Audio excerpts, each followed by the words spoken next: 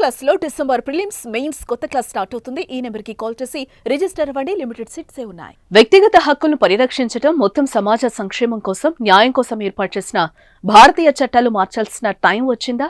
చట్టాలు చుట్టాలుగా మారుతున్న వేళ ప్రక్షాళన చేయక తప్పదా? సాఫ్ట్వేర్ ఇంజనీర్ అతుల్ సుభాష్ ఆత్మహత్యతో న్యాయ వ్యవస్థలో లొసుగులు బయటపడిన వేళ మార్పులకు సమయం ఆసన్నమైందా అంటే అవుననే సమాధానం వినిపిస్తోంది. సుభాష్ లాగా ఆత్మహత్యలు చేసుకోకుండా ఉండాలంటే మార్పులు రావాలనే చర్చ మొదలైంది. మహిళల కోసం ఎన్నో చట్టాలున్నాయి. సమాజంలో వారిపై పెరుగుతున్న దారుణాలకు, దాడులకు కఠిన చట్టాలు ఉండి తీరాలి. అప్పుడే మహిళా లోకంపై దాడులు తగ్గి చిన్న చూపు పోయి గౌరవం పెరుగుతుంది. కానీ ఈ చట్టాలను కొద్దిమంది మహిళలు దుర్వినియోగం చేస్తున్నారు. చట్టాలను అడ్డుపెట్టుకుని పురుషులను వేధిస్తున్నారు. అందుకు అతుల్ సుభాష్ ఉదంతమే నిదర్శనం. ఉత్తరప్రదేశ్ కు చెందిన 34 ఏళ్ల అతుల్ బెంగళూరులో సాఫ్ట్వేర్ ఇంజనీర్ గా పనిచేస్తున్నాడు.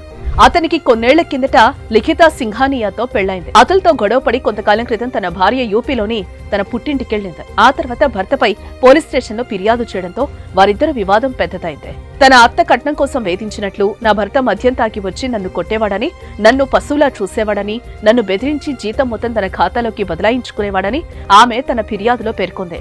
మొత్తం తన భర్తపై 9 కేసులు నమోదయ్యాయి. దాంట్లో విడాకుల కేసు కూడా ఉంది. ఈ కేసుల్లో చివరి వరకు పోరాడి గెలవలేక చివరికి ఓడిపోయి బలవన్మరణం చెందాడు.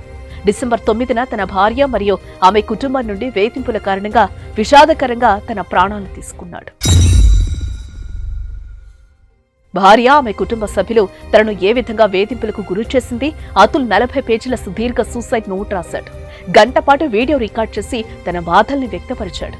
మనసులోని ఆవేదనంతా బయటపెట్టాడు. అతడు చెప్పిన విషయాలు ప్రతి ఒక్కటి ఆలోచింపచేస్తున్నాయి. ఎంతటి నరకాన్ని అనుభవించాడో చెప్తున్నాయి. మహిళలకు అనుకూలంగా ఉన్న చట్టాలపై, న్యాయమూర్తులపై ఆయన చేసిన కామెంట్స్ కూడా దేశవ్యాప్తంగా ప్రకంపనలు సృష్టించాయి.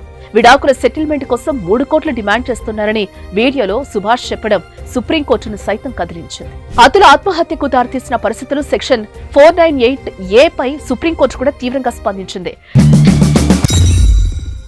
ఈ సెక్షన్ దుర్వినియోగం అవుతున్నట్టుగా చెప్తూ విచారం వ్యక్తం చేసి మరణం విషయంలో మొత్తం 8 పాయింట్లతో కూడిన ఫార్ములాను రూపొందించింది.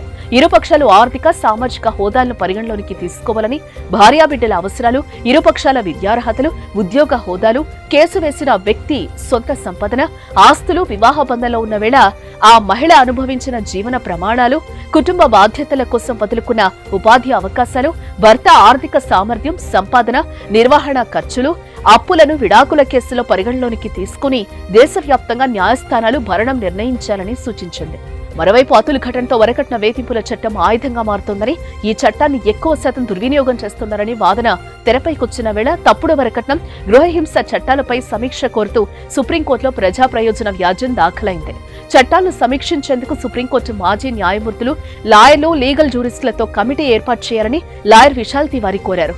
తప్పుడు వరకట్న కేసుల్లో పురుషుల్ని ఇరికించడం విషాదకరమైన ముగింపులకు దారితీసిందని, అనేక మంది భార్యలు వరకట్న చట్టాలను దుర్వినియోగం చేయటం వల్ల చాలా మంది బాధితులుగా ఉన్నారని, చట్టం ఉద్దేశం దెబ్బతింటోందని పిటిషన్లో వెల్లడించారు. తాజాగా చర్చల నేపథ్యంలో అతుల్ లాంటి వారు ఇంకొకరు బలి కాకముందే అంతా మేల్కోవాలని డిమాండ్లు వ్యక్తమవుతున్నాయి.